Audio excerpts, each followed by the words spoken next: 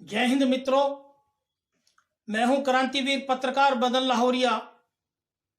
कड़वी सच्चाई कार्यक्रम में चर्चा बुलंद है कि अपने हुए पराए। आज इस कोरोना महामारी के गंभीर समय में जो कोरोना से पीड़ित लोग और जो मरीज रहे हैं, उनके सगे संबंधी या रिश्तेदार, सगे खास निजी मित्र, माता पिता, पिता पुत्र, पति पत्नी को इस कोरोना महामारी के गंभीर संकट में एक दूसरे से पराये कैसे हुए, बहुत से ऐसे मामले हमें देखने को मिले। पिछले साल 2020 में बहुत घटनाएं छपी हैं राष्ट्रीय समाचार पत्रों में कि जो कोरोना से पीड़ित जिस मरीज की मृत्यु हुई, तो उस मृत्यु की जो डेड बॉडी है, यहां तक भी मामले देखने को आए कि बेटे ने पिता की डेड बॉडी नहीं ली और सगे संबंधी भी उनके दाह संस्कार के नजदीक नहीं आए। और जो कोरोना से पीड़ित लोग मृत्यु के ग्रास में गए, उनका दाह संस्कार भी उचित और ठीक समुचित ढंग से नहीं हो पाया। आज इस विषय पर हम गंभीर चर्चा करने जा रहे हैं कि ऐसा क्यों हुआ। तो हमारी इस वीडियो को हमारे सभी दर्शक अंत तक पूर्ण रूप से देखें और हमारे इस वीडियो को ज्यादा से ज्यादा शेयर करें। इस वीडियो के प्रारंभ में हमने एक कविता रूप में छंद रचा है, वो सभी दर्शकों को हम अपनी वाणी से थोड़ा सा बोल करके सुनाएंगे कि एक जो किसी भी परिवार का, मान लो एक व्यक्ति मृत हुआ और उस व्यक्ति से कोई मिलने नहीं आया, तो उसकी जो आत्मा थी, उसकी आत्मा की जो बातचीत है, कन्वर्सेशन, उस पीड़ित आत्मा का कन्वर्सेशन को हमने कविता के रूप में रचा है। हमारे हिंदू वेद शास्त्रों के अनुसार भी एक परंपरा है कि जब कोई व्यक्ति को मृत्यु के प्रयाण करता है, तो उसकी जो जीवात्मा है वो करीबन 10 से 12 रोज तक वहीं पर भटकती है। और इस मामले में जहां उनके परिवार वाले आखिर समय में नजदीक नहीं रह सके, हॉस्पिटलों के अंदर हजारों लाखों जो लोग बेकदरी से मृत्यु के ग्रास में गए हैं, डॉक्टरों ने जिनका किसी प्रकार से मतलब ऐसा बंधन किया कि उनको कवरिंग में बांधा गया।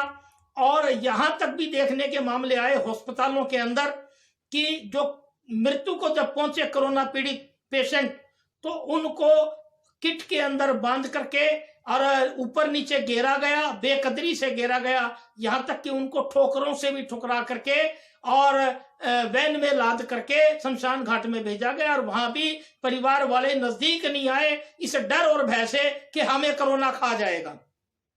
तो उस डर और भय में जो वो जाने वाली जीवात्मा है, उसकी पीड़ा बड़ी गंभीर है। तो वो कन्वर्सेशन, वो अपने परिवार वालों से, उस जीवात्मा की मन ही मन कन्वर्सेशन चल रही है। उस कन्वर्सेशन को हमने हमारे सभी दर्शकों के लिए एक कविता के रूप में उतारा है कि ऐसा क्या समय आया कि हमारे वेद शास्त्रों में वर्णित है कि जब कोई भी, चाहे बीमारी से कोई व्यक्ति जाता है, चाहे किसी भी प्रकार जाता है, तो उसके परिवार वाले उसका सारा संस्कार ढंग से करवाते हैं और शमशान घाट में भी ढंग से होता है। और परिवार के अंदर भी उसकी सारा जो संस्कार है और उसका जो नियम जो अपनाया जाता है, आपका दाह संस्कार से पहले वो परिवार की रीति रिवाज होती है। तो वहां कोई भी ना तो परिवार वाले दर्शन करने आए, ना ही कोई परिवार की रीति रिवाज हुई, और ना ही जो है शमशान घाट में दाह संस्कार ढंग से हो पाए। तो वो आत्माएं भटक रही हैं। और इसका मुख्य कारण दोष किसको जाता है, मैं स्पष्ट बता रहा हूं कि जो हमारी भारत की केंद्रीय सरकार, जो हमारे प्रधानमंत्री मोदी जी हैं, और मोदी सरकार की ये जो लापरवाही है और जो mismanagement of the corona disease है, उसको पूरा दोष इस बात को जाता है। तो अब हम अपनी कविता के रूप में उस जो जीवात्मा जो जा रही है, उसकी एक भटकती आत्मा की दिल की जो तड़प है, उसको हमने कविता के रूप में जो उतारा है, उसको हम अब आपको बताने जा रहे हैं और सभी दर्शकों के लिए। अपने हुए पराये, हमने ये शीर्षक दिया है जीवात्मा के मन के अंदर से जो पीड़ा है कि अपने हुए पराये। वो जीवात्मा बात कर रही है कि उनको पहुंचे की खबर जब मेरी मौत की, उनको पहुंचे की खबर जब मेरी मौत की, आंखें उनकी भी आंसुओं से भर जाएंगी, आंखें उनकी भी आंसुओं से भर आएंगी। वो रोएंगे मुझे याद करके, वो रोएंगे मुझे याद करके। यानी वो जीवात्मा मन ही मन बात कर रही है कि जो परिवार वाले नहीं आए और जो नहीं आने दिए गए, वो रोएंगे मुझे याद करके। होगा मेरी शराफत का उनको यकीन, होगा मेरी शराफत को उनको यकीन, उनकी दुनिया को जिस रोज मैं छोड़ूंगा, उनकी दुनिया को जिस रोज छोड़ूंगा मैं, यानी कि उस दिन उनको मेरी शराफत का यकीन होगा। मेरी मौत ही देगी दिखाई उन्हें, मेरी मौत ही देगी दिखाई उन्हें, जिस तरफ भी उनकी नजर जाएगी। यानी मेरी मौत जो है वो उनको उस तरफ ही दिखाई देगी जिस तरफ भी उनकी नजर जाएगी।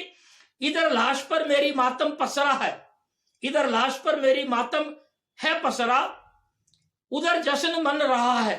यानी कि ये सरकार का संकेत है कि इधर लाश पर मेरी मातम है पसरा, उधर जश्न मन रहा है। यानी कि जो मोदी सरकार है वो जश्न मना रही है और इधर लाश पर मातम है पसरा, उधर जश्न मन रहा है, इधर तन को ढापा है मैंने कफन से। उधर जश्न मन रहा है, इधर तन को ढापा है मैंने कफन से। खबर मेरे मरने की सुनते ही, खबर मेरे मरने की सुनते ही, देखो वो आंसू नकली बहाने लगे हैं। खबर मेरे मरने की सुनते ही, खबर मेरे मरने की सुनते ही, देखो वो आंसू नकली बहाने लगे हैं।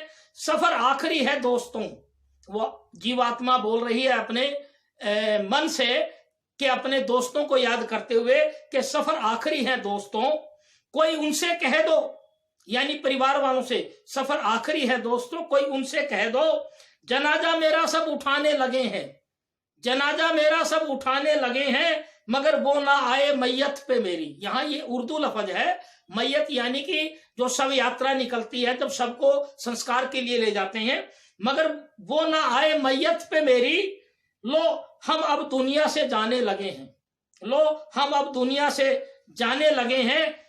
ठोकर ना यूं लगा मुझे, यानी कि जो डॉक्टरों ने मिसबिहेव किया डेड बॉडी से, ये उसके बारे में लफ्ज है। उस जीवात्मा को जब डेथ हुई उनकी, तो उन्होंने, जीवात्मा ने महसूस किया कि डॉक्टरों ने उनसे बेकदरी की।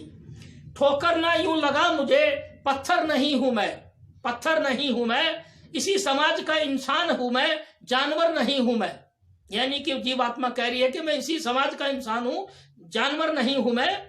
सितम जीते जी, सितम जीते जी डॉक्टरों ने मुझ पर है ढाया, सितम जीते जी डॉक्टरों ने मुझ पर है ढाया, मगर बाद मरने के फिर ये सितम है। यानी कि मरने के बाद भी कोई पूछने नहीं आया तो ये सितम है। मरने के बाद भी मुझको कहां चैन है यारो, जीवात्मा बोल रही है कि मरने के बाद भी मुझको कहां चैन है यारो, क्योंकि वो आत्मा को संतुष्टि नहीं मिल रही। ये हमारे वेद पुराणों में भी है कि जब आखिरी समय में उसका संस्कार और सारा सिस्टम परिवार वालों से होता है तो वो आत्मा भटकती नहीं है। तो इनका, इस जीवात्मा का मन ही मन कहना है कि मरने के बाद भी मुझको कहां चैन है यारों। यहां भी दफनाने वाले सताने लगे हैं, यहां भी दफनाने वाले सताने लगे हैं। मेरे हम सफर थे जो अच्छे दिनों में, यानी जो मेरे चाहने वाले थे, मेरे हम सफर थे जो अच्छे दिनों में, वही मुझसे दामन बचाने लगे हैं, वही मुझसे दामन बचाने लगे हैं।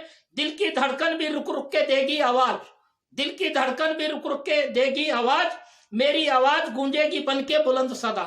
यानी कि आप संस्कार ढंग से हो या ना हो, परंतु जो मेरे धड़कनों की जो आवाज है जीवात्मा की, मेरी आवाज गूंजेगी बन के बुलंद सदा।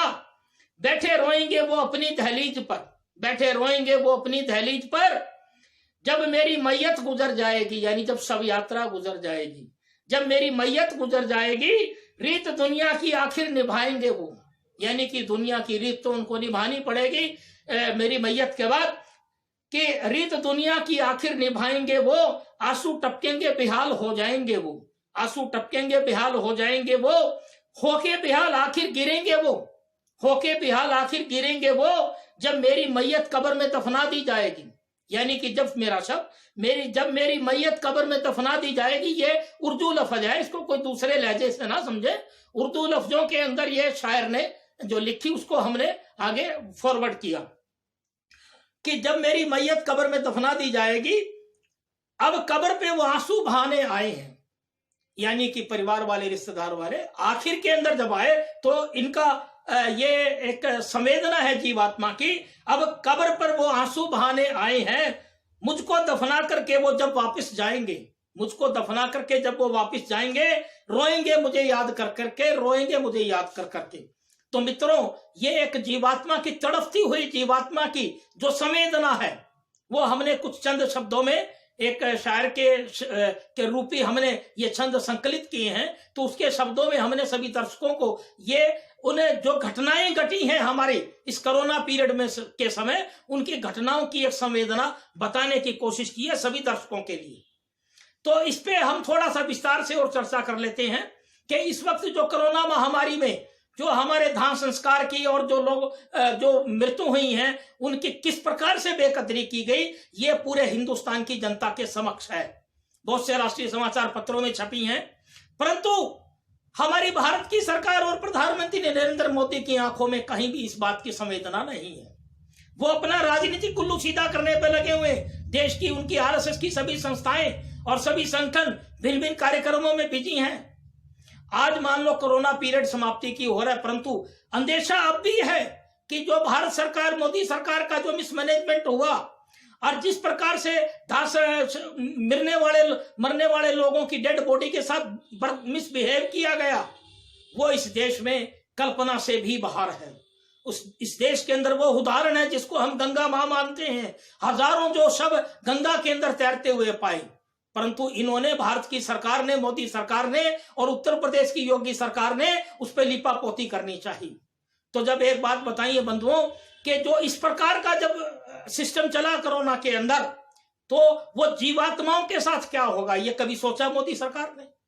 नहीं सोचा इस बारे में कि अपने आप को, भारत को वेदों पुराणों का देश कहा जाता है। मैं आपको बता दूं कि मैं पिछले 30 वर्षों से धर्म अध्यात्म में भी पूरी निपुणता रखता हूं और किसी विशेष फील्ड के अंदर हूं।